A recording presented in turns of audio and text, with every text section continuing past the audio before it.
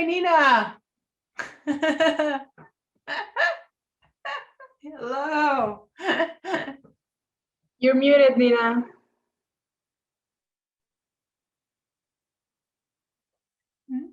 Nina, you need to unmute yourself. I don't think she can hear me. Oh, there we go. I asked if you can do it because I just have a. It's okay. Now I was trying to unmute you, but. So nice to see everybody. Yes. Long time. Such a strange time. Where are you, Nina? Have you been spending all your time in Toronto? I am stuck in Toronto for the first time in 20 years. Yeah, I know. You would only be there for a couple months a year, right? Wow. No, but I mean, I was coming and going. Hello, I don't think we know each other, Barbara. I'm Nina Sagredi. Yeah, Barbara. I know Andrea forever. Hey, Barbara, great to see you again. You too. How's it going? Yeah, it's going, it's strange times. What about you? Yeah, same. Where are you at? I'm in San Jose, yeah. Oh, okay. Yeah. And what's that behind you? It's a picture of my garden. No, really, it's gorgeous. Wow. Thank you. Yeah, that's last May. It looks different right now, but it's very lush. Yeah. Sure. We have we just are snowbound. We had a big snowfall yesterday and today. It's nothing like Texas, but it's we have a lot of snow here in Santa Fe. Oh, you must, yeah. Yeah, it's been a little crazy. And you too, Joel? You have a lot of snow? 60 degrees and sunny. That's why Barbara looks so cheerful. That's right. Hi, Andrea. Nice to see you. Hey, good to see you. How are you? Okay. Hanging in there? Yeah. Ready for this to be over. And just Nina was just saying she hasn't been traveling. I know it drives me crazy too. Yeah, we haven't been doing anything like that. Yeah. So yeah, stuck in place. That's the way I look at it. Yeah. So I wonder, Joel, whether you have to do your little trick and try to get Roger, because he sometimes forgets at the time. I will, my little trick. I will send him a note. I was just going to ask, because I don't know what the status is of things in his neighborhood. Right. That Dallas might not even have electricity. Right. Oh yeah, where is he? Dallas, Texas. Oh yeah, we may not be able to reach him. Yeah, so I'll send him a quick note. Yeah. And we can just kind of continue on. And Vanya, how are you? I'm fine. How are you, Nina? So Vanya is situated in Mexico, I can never say it properly, Guanajuato. You tell me how you say it. It's kind of hard to pronounce it if you're not used to speaking Spanish. We don't have many places that are like easy to pronounce. Like most of our cities are called after indigenous names, so that's why it can be hard. But you can say Gua, Na, Gua, To. So. But if it makes it easier for you, I live in Guanajuato, in like the state, but the city I live in, it's called León, so maybe it's easier. León is easier. Yeah, it's been cold, but not as cold as you guys. We are at 18 degrees Celsius. I mean, my house is pretty cold, but outside it's sunny, so whenever I get too freeze, I go and soak up in the sun with my dog. Okay, so Roger's not going to join us. Really? He gave me a very brief reply. No. Yeah, I think things are a little complicated. in Dallas right now Sure. for him. So maybe we just kind of continue on, and that sounds okay. So I don't know, Nina, would you like to start us off by just talking a little bit about our conversation leading up to this? I And could I can start, jump in. but I would like you to, or I just start Yeah. because it's much better if everybody is participating. But we were talking about actually, it started out with listening to Andrea talking about her artwork and public art, as well as some other installations, but mostly they are public installations. And then I started to wonder with Joel and Vanya about the fact how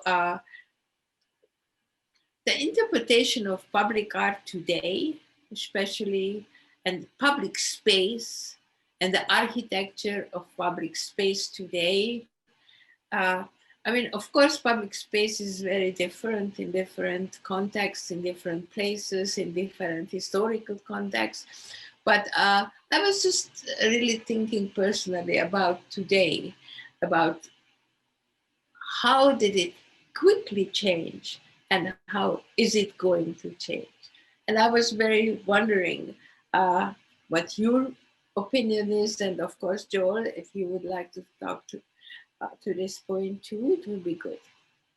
Yeah, so I'll just a couple words, because we really want to hear from Barbara and Andrea. Yes. It's mostly about you guys. So yeah, we've been having these ongoing conversations about the post-pandemic condition, you know, and of course that's a very complicated thing to think through. But we've been really focused on, well, it's given us this moment to reflect on just about everything. So let's go ahead and do that. Let's take the opportunity and just rethink our thinking about everything. So we've meandered around a bunch of different conversations, and one of those has been around the relationship of virtuality to physicality. That sort of makes sense. And that's led us down to thinking about architecture and space and what it means to be public, or what is a public going forward. You know, how do we begin to think about that? And so, yeah, of course, public art is a piece of that, but it's not the totality of it. It's you know, it's a thinking forward about, you know, what are our cities and spaces and environments going to be challenged with going forward as we begin to sort of reconsider how we're going to emerge back into the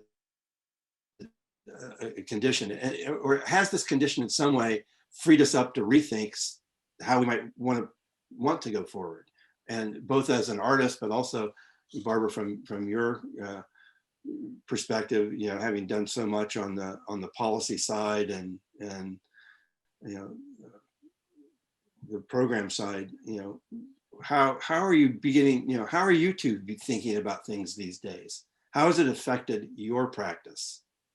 Yeah, so I'll just leave it there.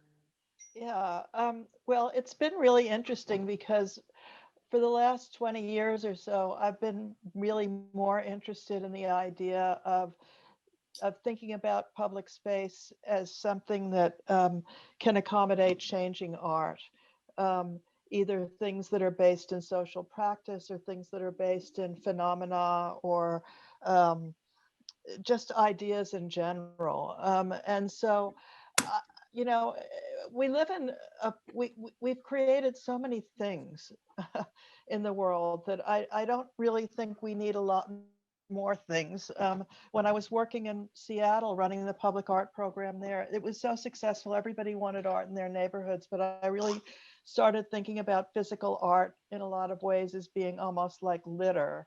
There was too much of it around, and it was around for too long. So I've really started thinking about the idea of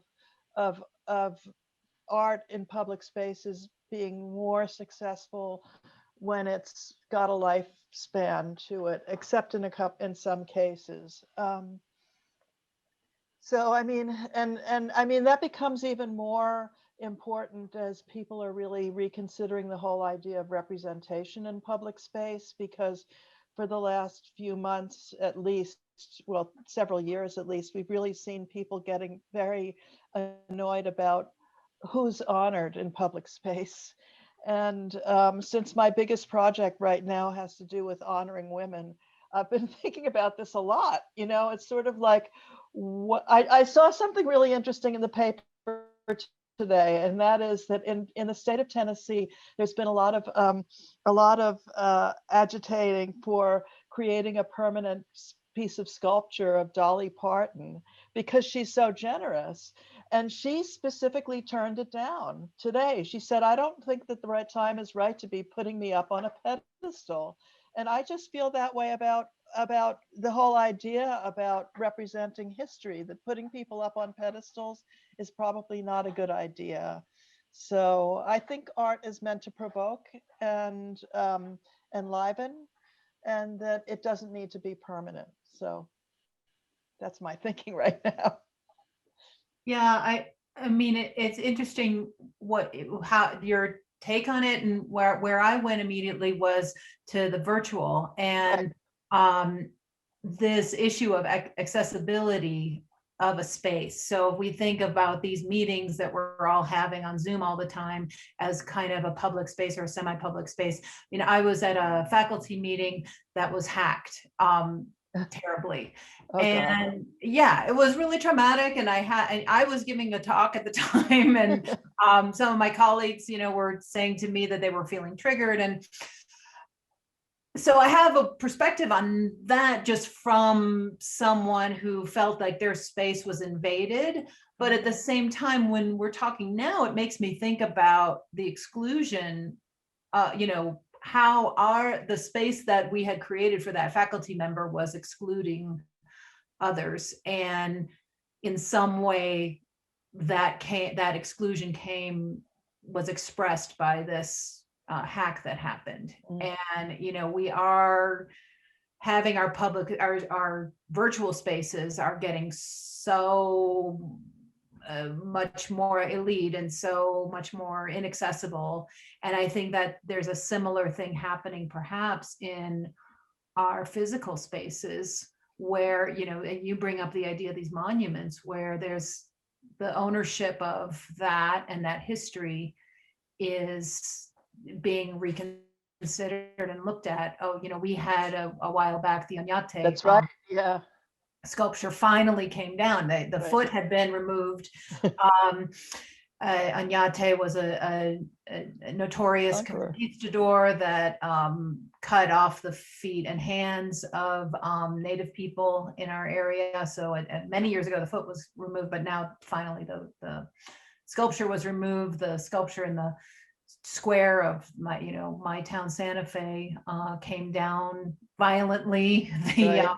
The people who removed it are having charges pressed against them. So, but yeah, I mean, that's so important, I think, Barbara, what you're saying, because that history, that moment is so, can be so uncomfortable, and, you know, so many things that people may have done or perceived to have done, or just any person is going to exclude other people, just right. by nature of being an individual. Right. I'd be curious. Sorry. You want to go ahead, Nina? If I can just say just a little thing about what you just was saying, Andrea.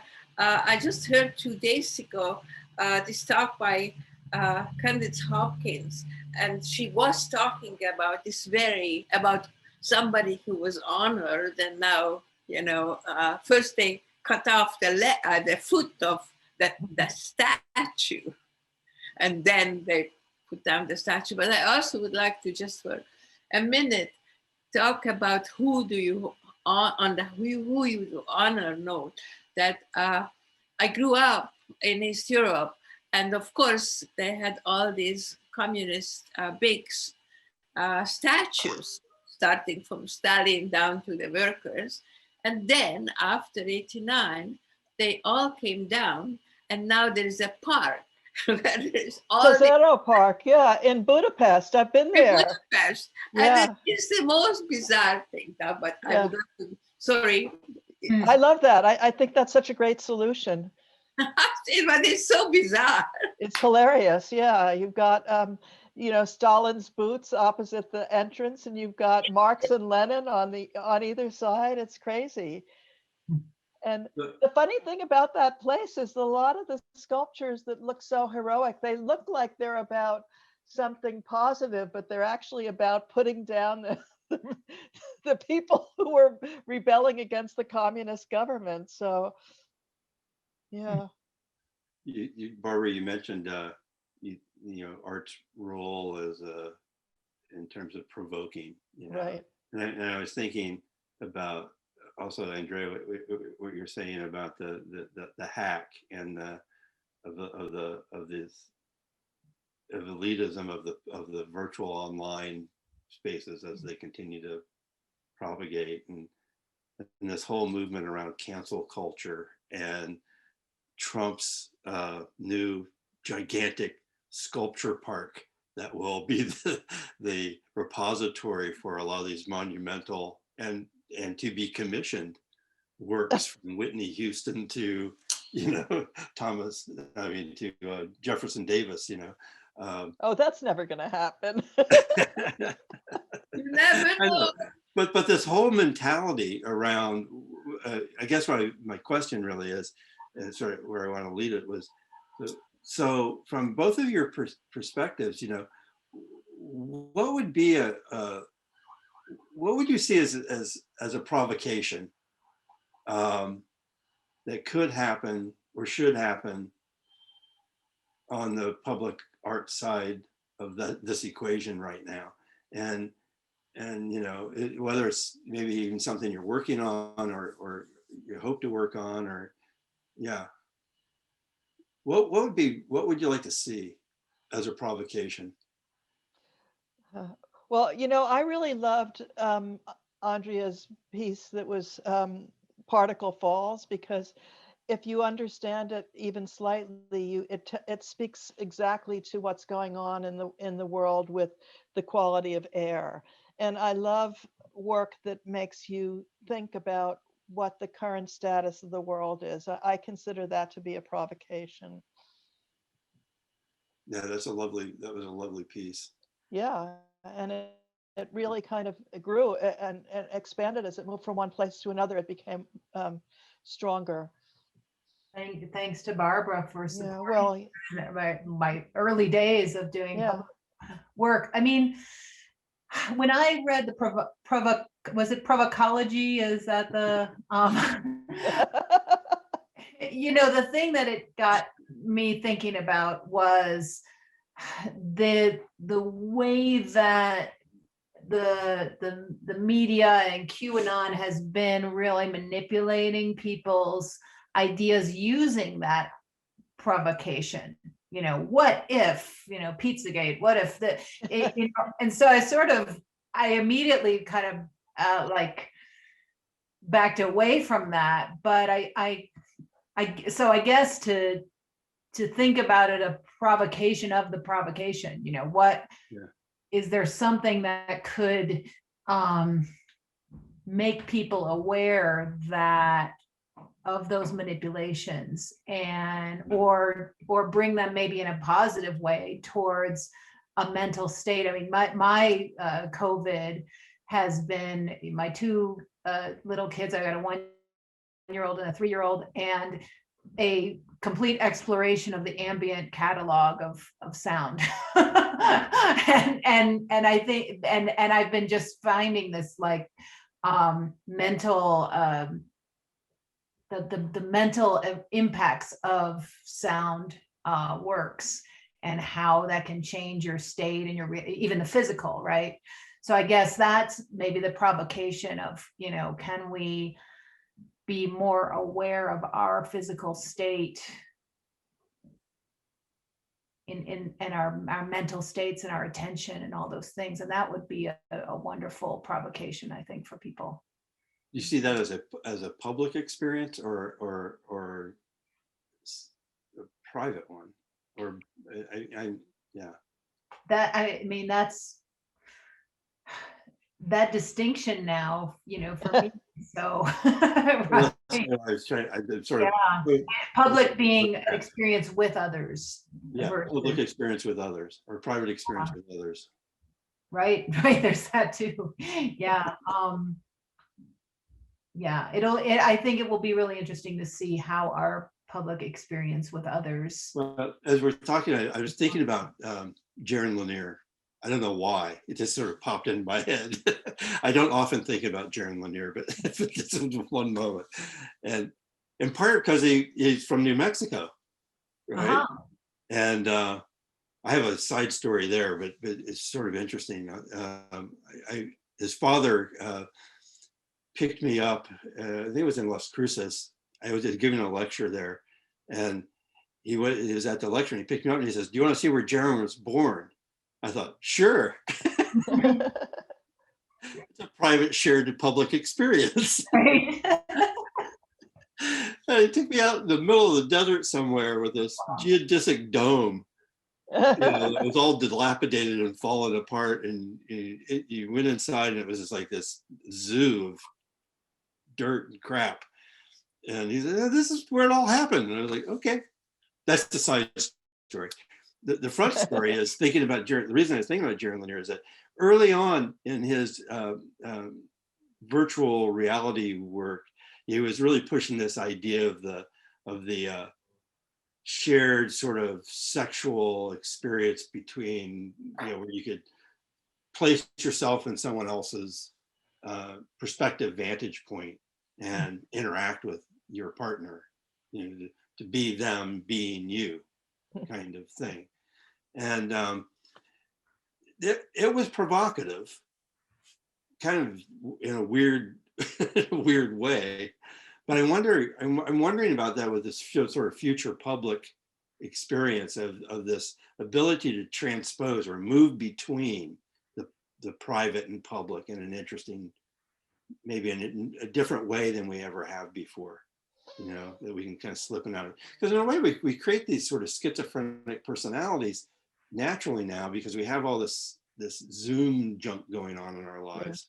We assume different identities often to be able to maintain all of that. This is my fourth Zoom party today. Oh God, I'm so sorry. And they're back to back, and it's like, and I can feel myself being very different with all of you, than I was in my last meeting, which was with the city of Lowell, Massachusetts, Sure. public cultural plan people. And so it's like, I don't even know what I'm talking about. Yeah. I'm so interested in the collective experience in the virtual, I guess, right now. We've got this Mars, so this Perseverance Right. Yeah. landed, and there's the 360-degree cameras. You can put your Oculus on and you can be in the space. Right. But there's something happening. I feel anyway, and maybe it's just in a mental state, but when we're all watching this thing at the same time and it's live, Yeah. it's very different, even if you're not interacting. Right.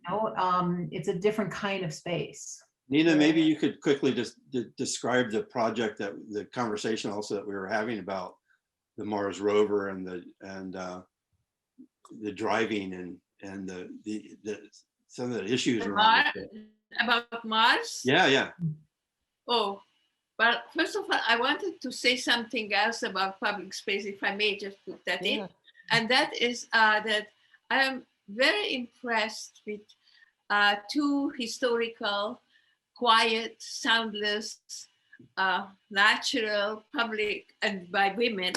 And one was this big poppy seed field, a documenta. I know she's a Croatian artist and I know her, but her name is just escaping me. And the other one is the Saturdayness back in the 80s in middle of Manhattan, where we had this huge film there. And so they are soundless, they are quiet, but they say so much. And so that was it. So, okay, about the Mars thing, is that we talked with Mina Langstrom, who made a film about the other side of Mars, which is about JPL and the very robot which was yesterday launched. And the film is about a friend of hers who is an electrical engineer and who was who is leading one of the main groups about it. But I don't know what you meant to others. Other way to say, maybe you have in your eloquent English, you can make it much better. She is one of 10 people who have the authority or command to drive the Perseverance rover on the surface of Mars. She's a woman, which is fantastic, of course, and and so I think that one of the conversations we had with your friend, the filmmaker, was about the sort of, I don't want to say, the lack of attention to how the imagery is collected, experienced, and shared, because it's somewhat modeled after the monumental landscape experience of the photographic in the photographic model of exploration, and it doesn't leave a whole lot of room for seeing or experience it in another way, Oculus or not. And so, wouldn't it have been cool, Barbara, if they from the outset had said, we're going to build a public art infrastructure into the Mars rover so that artists could create a public art experience in a virtual way for the world that otherwise couldn't happen, and we would experience something other than what we expect to experience. I know exactly what Mars looks like. Yeah.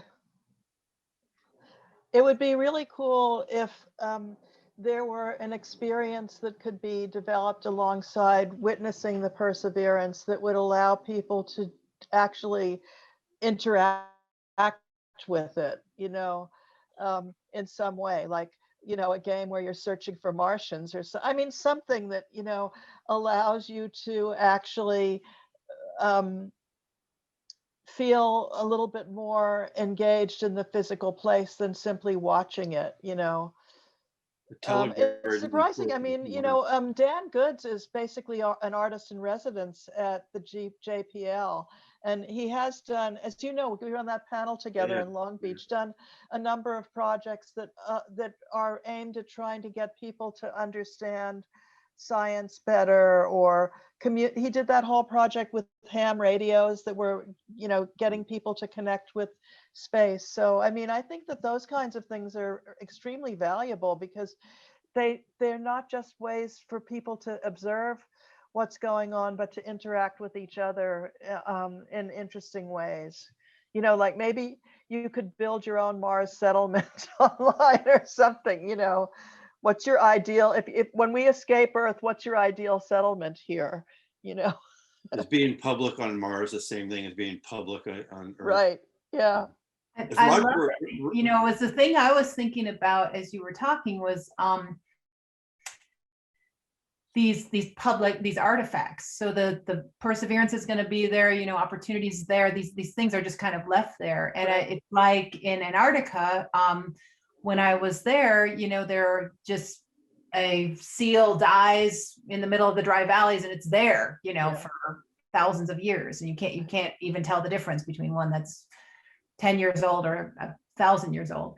But it also got me thinking about, I went to Vilnius, Lithuania in the 90s, and the television station had been blockaded by protesters, and these big cement blocks and these razor wire was just left there with images of people, and it was kind of like a living monument that was left there. I was there a few years after the protests, and that just made me think about the public space as an artifact of these important events. Even the Richmond Robert E. Lee in its state now as an artifact of what had been happening, or a glacier that, where someone left a backpack, or even died on a glacier, and then now their body is coming back because the glacier is melting. So it's just, that's where so I love what Barbara was saying about the But Andrea, in Vilnius, for years, they had a big public exhibition about that whole event, and there were many people died there, and tanks and everything. And that was just in front of the original television building on the public square. Yeah, I mean, those are the things that really put you into that moment. I mean, how it would exist on another planet, Yeah. I just was listening. I listened to this podcast called 99% Invisible, and they had the most interesting thing this week, that it had to do with Antarctica, actually. And it was really about artifacts and how they connect people to time. There's some kind of geographic convention that in every country they locate the place that's the furthest from sea level, and the Russians found it first in Antarctica, and they built a pedestal with a bust of Lenin on top, and they did it in 1960. And there have been a number of different people that just wanted to see whether it was still there or what has happened because of snow drifts. And two different teams of crazy people, because it's like really hard to get there, went there to see it. And the first ones found that it was about 5 feet off the ground, and then the second ones that were about a year ago found that it was just like, it was like a foot off the ground, and just like Lenin's head just sticking up there. And it's sort of an interesting thing when you think about how an artwork could be something that is actually an indication of time, or changing climate, or it's sort of like what happens when you're just seeing the top of his head. It's like, I love that. I've often thought about how places or events that have taken place are how they essentially disappear into the present, or disappear into the future, certainly. This first occurred to me when Lisa, my wife, was working up in San Francisco at the Shriners Hospital. And the surgery room where they did all these crazy surgeries on kids. They'd bring them in from all over the world with these like insane orthopedic complications, and do what they could for them. I was in that facility many times. Well, they tore the facility down, they moved the hospital, it's no longer there, they built condos and houses in its place, and somebody's kitchen or bedroom is now sort of situated right where the surgical surgeries were happening, and they don't know that it's not there. Right. It's not present any longer. I know that, and I know that's history disappears, but this kind of reminds me of this sort of thing. Are there ways to somehow think about public art as that, I don't know, not preservation, but as a way of connecting things, while it's also temporary, as you said, you know? Yeah, I mean, this project that we're working on right now, we're really trying to tackle that, which is, you know, creating, mapping places that are named after women, or mapping places that women have had a big impact on, and then having things pop up on the map that tell you a little bit more. And then eventually, you know, create physical elements to them that people can enhance with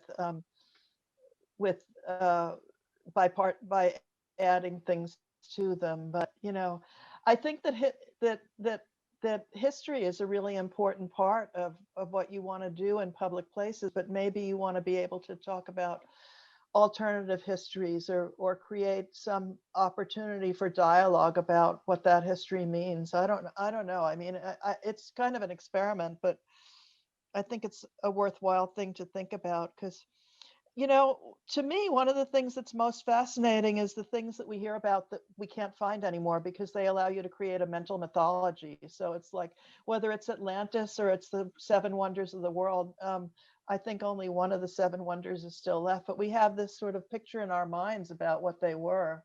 And that's kind of great. And then they keep discovering other things about ancient civilizations. Every time you turn around, they've got a new thing that they've discovered around about Teotihuacan, or Stonehenge, or you know, Nero's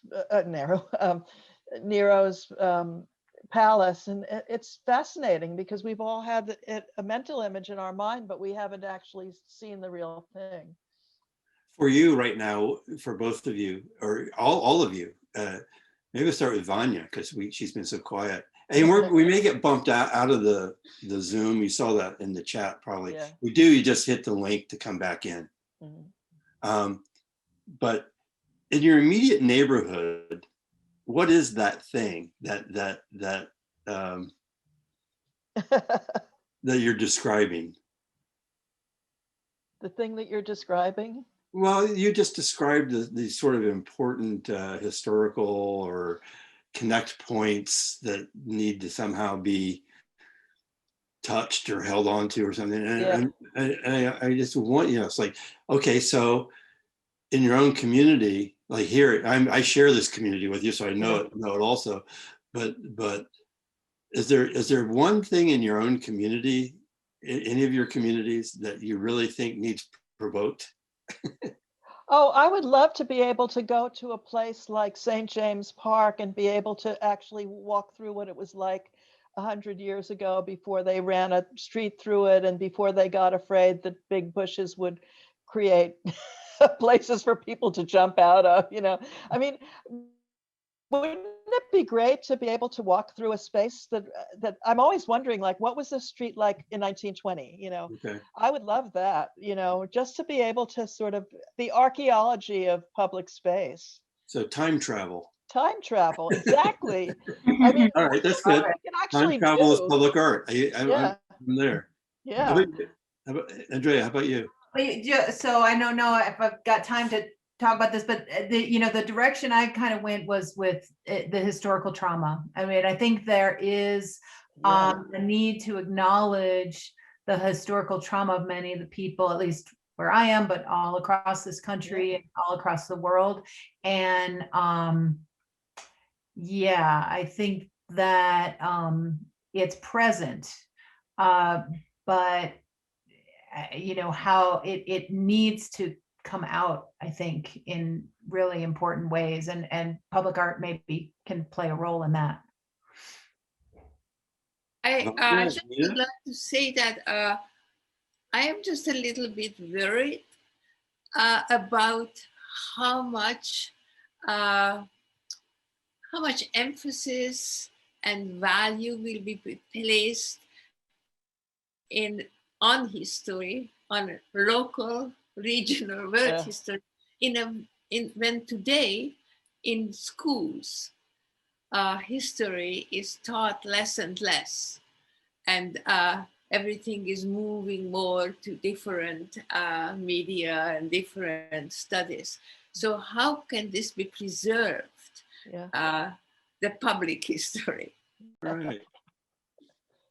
All right. So Nina, finish. Oh, you're muted. Oh. Unmute. I cannot unmute her, only ask her to do so. Yeah. So, There she goes. okay. So I'm really concerned about this because I personally did experience how I'm coming from Hungary, and we had 50 years of communism. And now the younger generation, who just had about 20 years or 25 or something, they just don't recall their own family history in such a, recent period. And I think this is just a little personal, note, but maybe. Vanya, how about you? How, I just put this background to explain my point. So I'm talking from the Mexican feminist view of taking up spaces, like public spaces. And I mean, we call Mexico the country of missing people, because every day someone goes missing. Just a month ago, two cousins of my best friend were found dead in her city. Her city right now, it's one of the most insecure cities to live in Mexico. Like, my state is one of the most insecure states, and the government is doing nothing. Like, they're just saying things like, "Oh, it's really safe to be here. It's one of the most developed states in Mexico." And I mean, yes, we have a lot of industry, but I don't think it's one of the most developed states in Mexico. So on 2019, there was a protest asking for legal abortion. We call it legal, safe, and free abortion for everyone. So they took up Mexico City's downtown.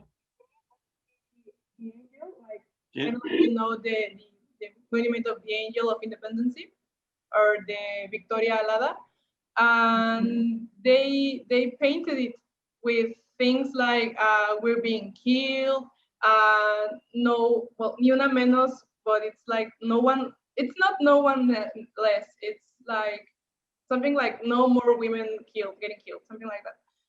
And they painted it with, like, they spray painted it, and the next day everyone was like, "No, the monument, you're tearing them down. No, that's the ugliest thing you can do." And I saw a lot of people saying like, "Man, you get drunk and you piss on those monuments every day, and no one says anything about it. But the time we try to spray paint it to make a statement, it's like it's the worst thing we've ever done." So it started on Mexico City, and then it spread throughout the country.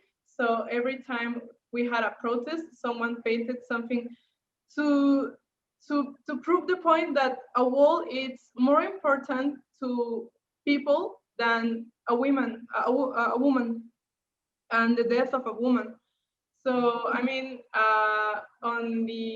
on March 8th, we have, I think, if I'm not mistaken, March 8th is International Women's Day.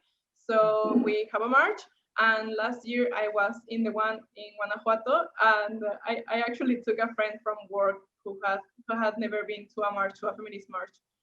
And we were like, everyone covers their face because now they're targeting us. And I mean, in Mexico City, they just started like arresting women who were on that march.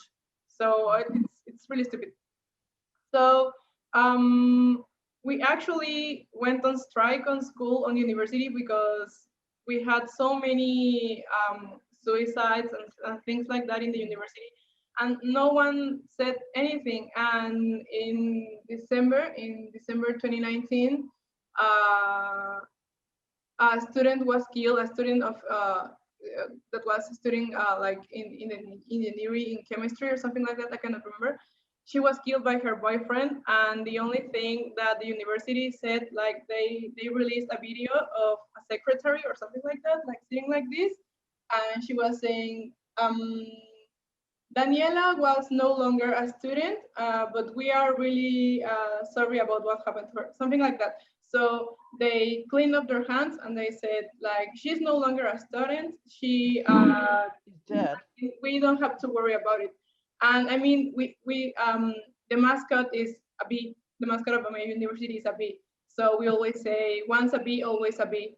And basically the colectivas, the feminist groups in Guanajuato were the ones that said, like, we need to go on strike. And it was historical because no one ever on Guanajuato went on strike on the university. I mean, we made it to the Chinese news, and it was all because of this girl, and we were really sorry about it. And when we were protesting, a lot of parents approached us, and that was when I came to notice that we had a lot of students that were murdered or died by suicide, or things like that the university never talked about, and it was really hard. So after that, we started, like, we need to do something here also. So on March 8th, when we marched down the city, I saw a lot of people spray painting on walls, and I said, like, yes, that's great. Take those spaces and make a statement. And we actually, well, I say we because I count myself with them, but I didn't paint anything because I'm too chicken to do something. But we actually painted a theater. It's like one of the most iconic buildings in Guanajuato. We painted Teatro Juárez, and it was painted on Sunday the 8th, and on Tuesday the 10th, it was clean. Like, they spent so much time cleaning everything, and I was like, man, what's going on? And I saw a lot of art, like people that work on art or people that work on as historians, saying that yes, it's hard to see those monuments like with graffiti or something like that, but it's also a way of rewriting history and taking those spaces to talk about things that are not, I mean, are being ignored. I mean, just right now we have someone in Guerrero, in one of the states, a man campaigning to be the governor of Guerrero, and I mean, he has raped.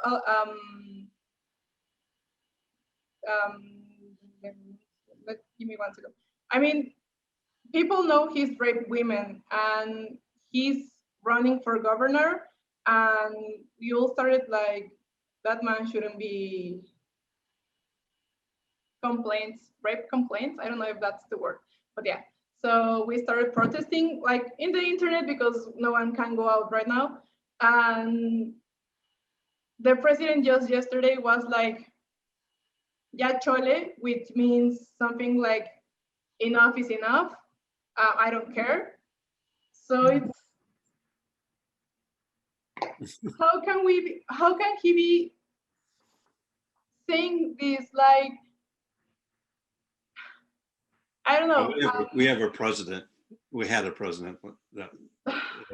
See, I mean, this is where I think artists really have something to say, you know, about, you know, when the whole George Floyd thing happened, the city of Palo Alto decided that they were going to paint a mural in front of City Hall that said Black Lives Matter. And I felt like Palo Alto is a really racist place. And I thought it would have been much better to have an art project that basically had something pop up every single place that the cops have stopped a Black person in Palo Alto just for being there and being Black.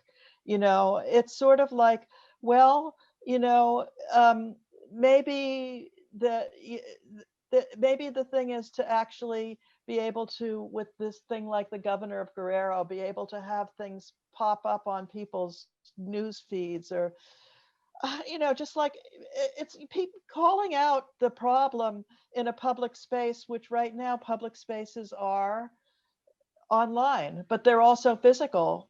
So you could have, you know, be at a public place and have something that pops up that says something happened here, you know. I don't know. It just seems to me that there's a lot of tokenism that goes on around apologizing for things that happen. But instead of, if people knew the real story, they would be much more prone to action than just see something that says, you know, a historical event. I don't know. So it begs this question of, you know, how do you pull appropriate histories and propel them into the present or the future, you know, and as a public shareable experience. Yeah. And this isn't a new idea. I mean, I was thinking about, you know, this idea around future histories has been in science fiction for quite some time, you know, going back probably to, I think, to Robert Heinlein in back in the 40s, writing about how to, you know, not just projecting what the futures will be, but how histories are dragged into the future. And so, yeah, Barbara, that makes a lot of sense. Andrea, what are your thoughts? Oh, I'm just so you. Vanya. I mean, Vanya, you are so brave, and it's so important what you're doing. It's just amazing. I mean, it makes me think about the whole public art process and how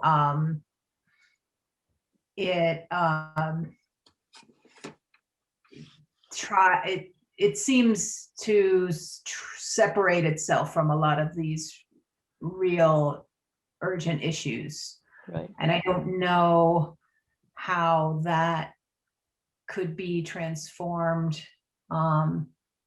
except, you know, it may be through these temporary or interactive kind of works, but you know, every public project I've been involved in has taken forever.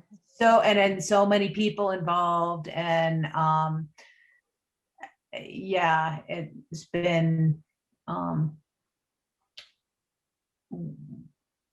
not that what comes out of it is not, you know, maybe relevant, but it's not immediate. Right. You know? There needs to be a lot more guerrilla action. Mm-hmm. Guerrilla art. And Andrea, in your projects which are in progress now, did anything like which is happening now influence your future thinking about them? Yeah, I mean, even this conversation is really is influencing some projects in proposal stages. I guess, you know, there's a lot of the projects have to have, I mean, Vanya, when you were talking about how you were doing things on the internet as well as in physical space, I mean, that has to happen with a lot of my projects as well, because they're a lot of times responding to real-time data, and then, you know, so people don't necessarily see the history, they see the present or near present. So yeah, there's the recordings and other data outside of the piece has some relevance, but it's not necessarily like what people see or what is the piece. It's only if people like want to look deeper.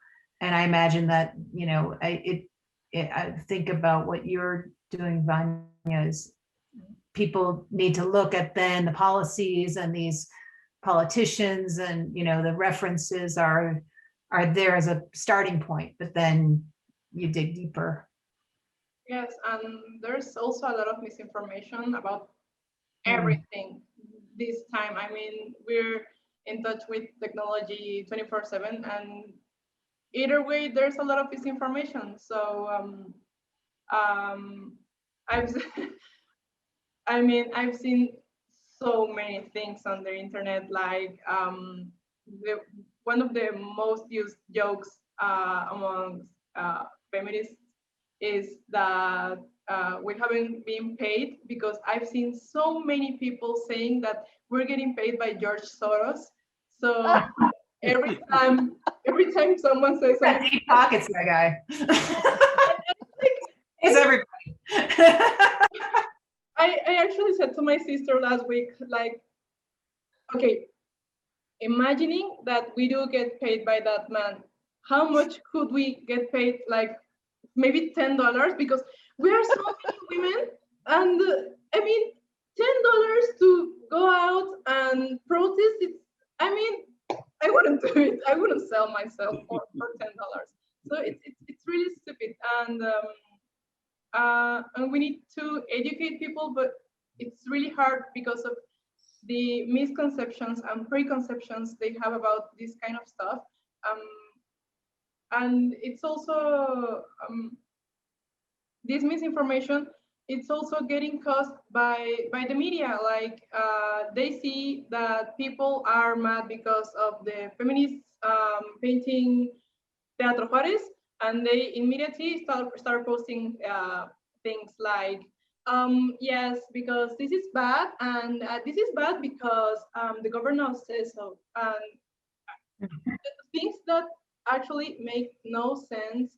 And also the way that news are presented spreads this misinformation and continues this chain of misinformation. So I've seen right now, there's a woman, like she has a Facebook page, and she calls herself like La Corregidora, which is kind of someone that corrects. So whenever she sees a new news headline that says something like, I don't know, this man killed her girlfriend because she wouldn't give him a kiss, something like that, and she corrects it, like she uses paint and she writes upon the headline, I'm sorry, and she puts something like, I don't know, toxic masculinity makes this man believe that he needs to always have kisses from her girlfriend, something like that. So she tries to change the way that news are being presented, for them to not be so kind of like clickbait.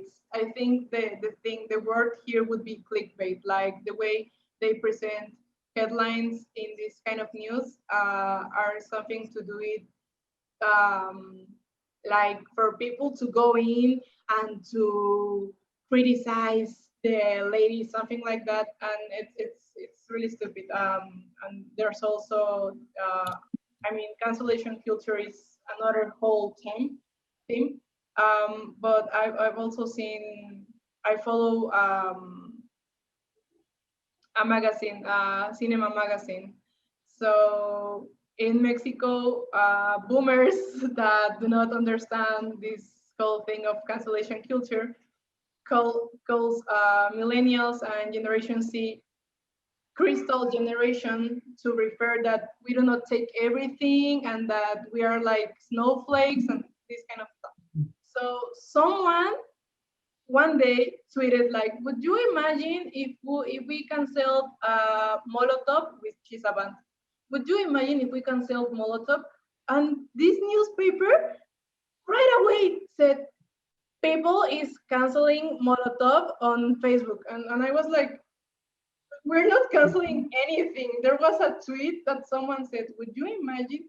And you straight up went and made an article about it. And so yeah, the the media is helping spread this kind of things and misconceptions about everything, and it's really hard to fight with it. So sometimes we just take it as a joke, as this thing about George Soros, and sometimes we try to fight it and to educate people. But I mean, in the era of the internet, we are no longer compelled to do so. Like if it drains you, you just need to stop trying to educate someone. Like Google it yourself and leave me alone.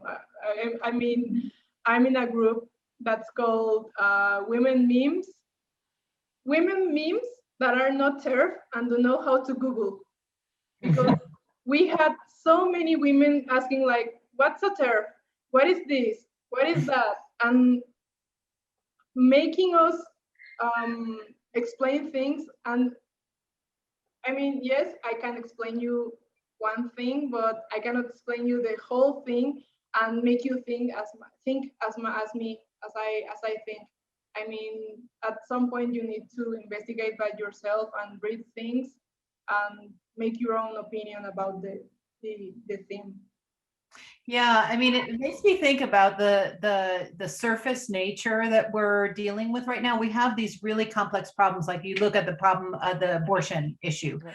and there's so many complexities to that, and there's sort of this surface thought, but then as soon as there's some real issue that comes up, you find that people that's when you find out people's thoughts, and it can be so complex because people can have one point of view about, you know, free and available, but another point of view about you know, what circumstances constitute something, especially, you know, in light of things like IVF and, you know, that kind of stuff. So it's like that. I hear you that you don't want to keep explaining everything to everyone or going deeper, but it's like it's almost like everyone has their own specialized language, and it's only when a situation comes up that people stop and say, oh, that in that situation, then we need to think about it this way.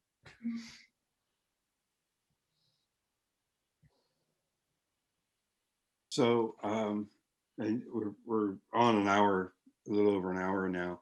And just out of respect for everybody's time, I want to, you know, not hang us on too long. This has been really interesting, and as I hope for you as for both of you as well. One thing that we've done as a group is just to offer and to help you both in any ways that we can. You know, if there's something that you think that the network that Nina, Roger, I, Vanya kind of represent, or in some way that these conversations might continue in a useful or positive way to help inform, or, you know, in whatever way, whatever capacity, you could see us doing some work moving forward together to assist or help. You know, we're available and willing to roll up our sleeves and do that. Another thing which we really would like to do, and we are doing actually, is that I mean, this was kind of an introductory conversation, because maybe we knew each other, maybe we didn't know each other, but all of us, and you are very busy professionals yourselves, are moving forward and doing different things. And we hope that not immediately, but sometimes later on, we meet again and talk a little bit more. We don't have anything right now. This is a non-profit in supported organization. Super non-profit. We are going, and we don't even have a website now, but we record our conversations, and we will build up a certain body of discussions and opinions, and sooner or later we go public with it. And we will, of course, before we go public, we will ask everybody's agreement what Yeah. can go. Sounds good. Yeah, we adhere to this sort of idea of slow emergence, you know, just letting it go until it goes. I And think that's happening with everything right yeah, now. yeah, it's quite good. And so part of that is we don't really there's no agenda, Right. you know, in the sense of, oh, we wanted to talk to you too because we could do X, you know, that's not it at all. We want to. Yeah, but this is really wonderful that, you know, we realized early on at the very beginning that if we are affiliated with any organization, then the whole thing becomes politicized and so Right, forth. yeah. And we cannot have this independent Right. way of talking and thinking and so forth. Yeah, Yeah. nobody pays us, we get nothing, and we have nothing to give. You've got nothing to give but your ideas and your Just- technical yeah, expertise. Exactly. Just ourselves and hopefully interesting conversation that Well, leads that's somewhere. good. So maybe you want to just say your last words in this conversation. Would you like to say something, Barbara? Well, as the more I think about the project that I'm working on, recognizing women, the more I realize that I need help figuring out the best way to do it. So I'm going to come back to all of you with questions. But you know what? I think asking questions is the most important thing that we can do in public space. Oh, yes. Yeah. And Andrea, I mean, I'm so impressed by these big, beautiful installations. When I saw you talk, I was totally thrown. Thank you so much. I just have to say, it's just so wonderful to talk to you all. And I can't wait till we can all get together and have a cocktail and be in the same place and have these fascinating conversations for several hours, not just one, because it's so refreshing. Thank you. Thank you. Yeah. Okay. Well, good. Thanks, everybody. Thank you all, and we'll circle back at some appropriate point, or circle back to us. Great. Okay. Have a great day, Nice to everybody. meet you all. Okay. Thank you. Bye. Thank